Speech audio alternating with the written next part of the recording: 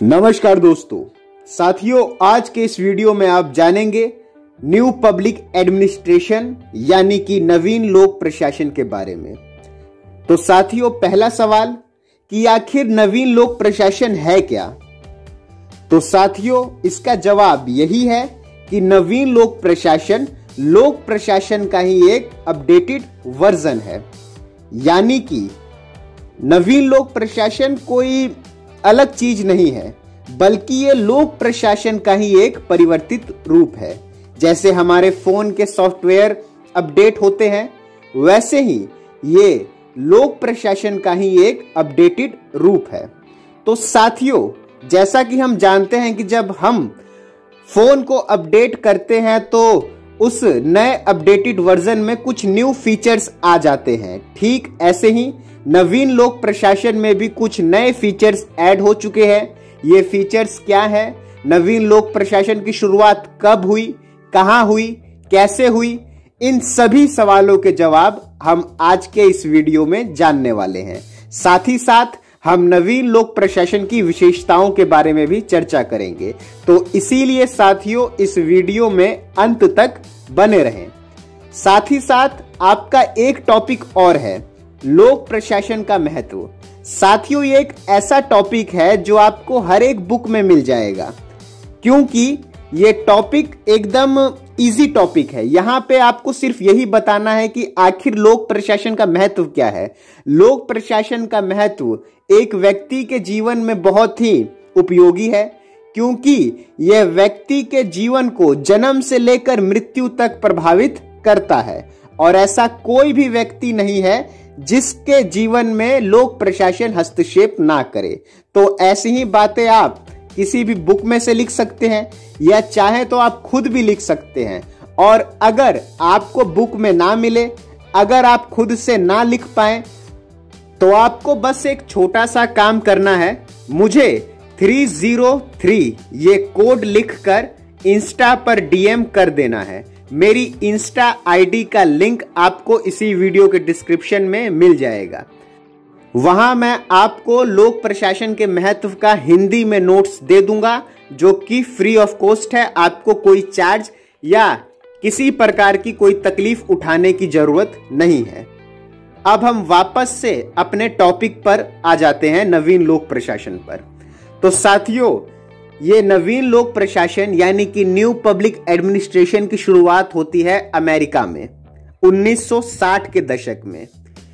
क्यों? क्योंकि यहां पर तब वहां की जो सामाजिक आर्थिक स्थिति थी वो बहुत खराब हो चुकी थी, और उनकी सामाजिक आर्थिक स्थिति खराब होने के कई कारण है।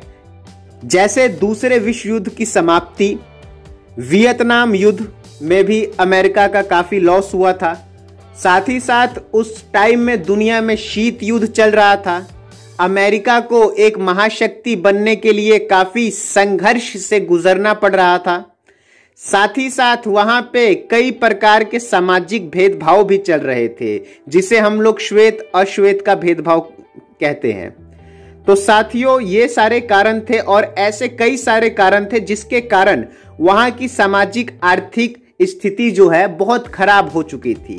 ऐसे में वहां के जो विद्वान हैं, उन्होंने देखा कि जो लोक प्रशासन है वो इन समस्याओं का हल नहीं निकाल पा रहा है, इन समस्याओं को सॉल्व करने में बिल्कुल फेल हो रहा है।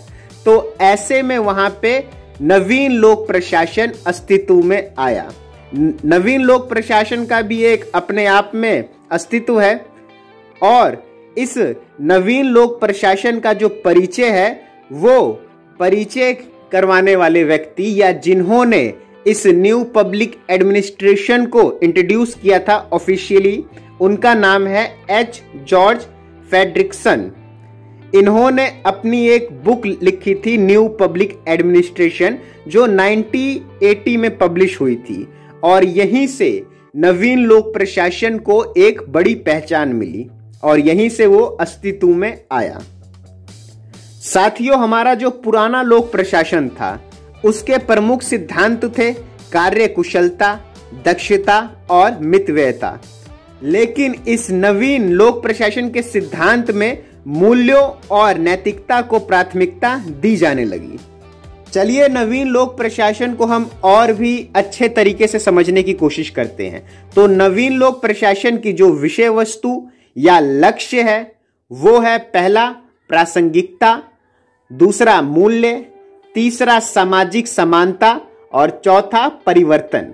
बात की जाए सबसे पहले प्रासंगिकता की, यानी कि रिलेवेंस की, तो यहां पर क्या है कि परंपरागत लोक प्रशासन के लक्ष्य थे कार्य कुशलता व मितव्ययता, जबकि नवीन लोक प्रशासन का लक्ष्य है प्रासंगिकता। अब लोक प्रशासन केवल पोस्ट कॉर्प तकनीक तक ही सीमित नहीं रहा, बल्कि नवीन लोक प्रशासन में परिवर्तित होकर समाज की मूलभूत चिंताओं में रुचि ले रहा है। साथियों, अगर आप लोग अब तक पोस्ट कॉर्प तकनीक के बारे में नहीं जानते हैं तो आप हमारे पिछले वीडियोस देख सकते हैं, जिसमें पोस्ट कॉर्प को अच्छे से डिस्क्राइब किया गया है और ये आपके एग्जाम के लिए बहुत इंपॉर्टेंट टॉपिक भी है, तो आप उस वीडियो को जरूर देखें। अर्थात प्रासंगिक शब्द लोक प्रशासन की वर्तमान परिस्थितियों में उत्पन्न समस्याओं से जूझने की क्षमता की ओर संकेत करता है। यानी कि हमारा जो पहले का लोक प्रशासन था वो केवल कार्य कुशलता और मितव्ययता पर बल देता था, यानी कि कोई भी काम हो सही ढंग से हो और कम खर्चे में हो, इस बात को प्राथमिकता दी जाती थी। लेकिन जो ये नवीन लोक प्रशासन है ये समाज में परिवर्तन लाने की कोशिश करने लगा। यहाँ मेन प्राथमिकता दी गई कि जो समाज में समस्याएं हैं, जो प्रॉब्लम्स हैं, उनको सॉल्व किया जाए। नेक्स्ट बात की जाए मूल्य यानी कि वैल्यूज, तो यहां आप लिख सकते हैं आधुनिक युग में लोक प्रशासन के कार्यों का तेजी से विस्तार हो रहा है। अंततः यह जरूरी है कि सार्वजनिक पदाधिकारियों के क्रियाकलाप में नैतिकता के प्रति चेतना लाई जाए, क्योंकि इससे लोक प्रशासन में उत्तरदायित्व और नियंत्रण की भावना का विकास होता है। नेक्स्ट बात की जाए सामाजिक समानता यानी कि सोशल इक्वालिटी, तो नवीन लोक प्रशासन सामाजिक समानता पर बल देता है। यह समाज के कमजोर तथा पिछड़े या वंचित वर्गों को सामाजिक न्याय प्रदान करने का प्रयास करता है। नेक्स्ट परिवर्तन यानी कि चेंज, नवीन लोक प्रशासन सामाजिक परिवर्तन पर बल देता है। यह समाज से शोषण, सामाजिक एवं आर्थिक असमानता को समाप्त कर एक शोषण विहीन तथा भेदभाव रहित नए समाज की स्थापना करता है। तो साथियों, इन 4 पॉइंट से ही आप समझ गए होंगे कि नवीन लोक प्रशासन में सबसे ज्यादा महत्व इसी बात पर दिया जाता है कि यहाँ पे सामाजिक समानता हो, वैल्यूज हो यानी कि मूल्य हो, नैतिकता हो, यही सब बातें नवीन लोक प्रशासन के अंतर्गत आती है। लास्ट में साथियों मैं आप लोगों को एक माइंड मैप दे देता हूं, जिससे कि आपका ये कंसेप्ट 100% क्लियर हो जाए। तो साथियों यहां हम बात करेंगे कि लोक प्रशासन और नवीन लोक प्रशासन में आखिर क्या चेंजेस हमें देखने को मिलते हैं, क्या डिफरेंस है। तो साथियों पहले वाले लोक प्रशासन में उत्पादकता पर बल दिया जाता था, यानी कि प्रोडक्टिविटी पर ज्यादा फोकस किया जाता था, जबकि नवीन लोक प्रशासन में जन सहभागिता को महत्व दिया जाने लगा। जन सहभागिता पर फोकस किया जाने लगा कि समाज में हर एक व्यक्ति की भूमिका यहां होनी चाहिए, सबकी सहभागिता होनी चाहिए। दूसरा मितव्ययता, ये पहले वाले लोक प्रशासन का गुण था कि कोई भी जो काम है वो कम खर्चे में कैसे हो, इसी के लिए लोक प्रशासन है। लेकिन नवीन लोक प्रशासन में मानव प्रेम को महत्व दिया जाने लगा, यानी कि सामाजिक समानता पर महत्व दिया जाने लगा। नेक्स्ट है कि पहले वाले लोक प्रशासन में कुशलता या दक्षता को महत्व दिया जाता था, यानी कि स्किल ओरिएंटेड ये था, जबकि नवीन लोक प्रशासन में उत्तरदायित्व को महत्व दिया जाने लगा, यानी कि जवाबदेही पर महत्व दिया जाने लगा, जिससे कि प्रशासन में जो व्यक्ति बैठा है वो जिम्मेदार बने, रिस्पॉन्सिबल बने।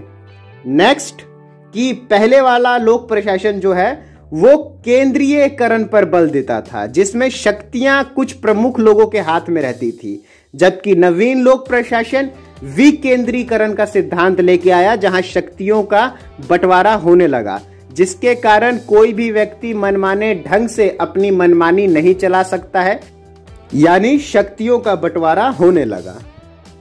पहले वाला लोक प्रशासन संस्था उन्मुखी था, जबकि नवीन लोक प्रशासन ग्राहक उन्मुखी प्रशासन है। यानी कि पहले वाले में क्या था कि प्रशासन का जो झुकाव है वो संस्था की ओर था, यानी कि जो संस्था के लक्ष्य हैं, उद्देश्य हैं, उन्हीं को पूरा किया जाता था।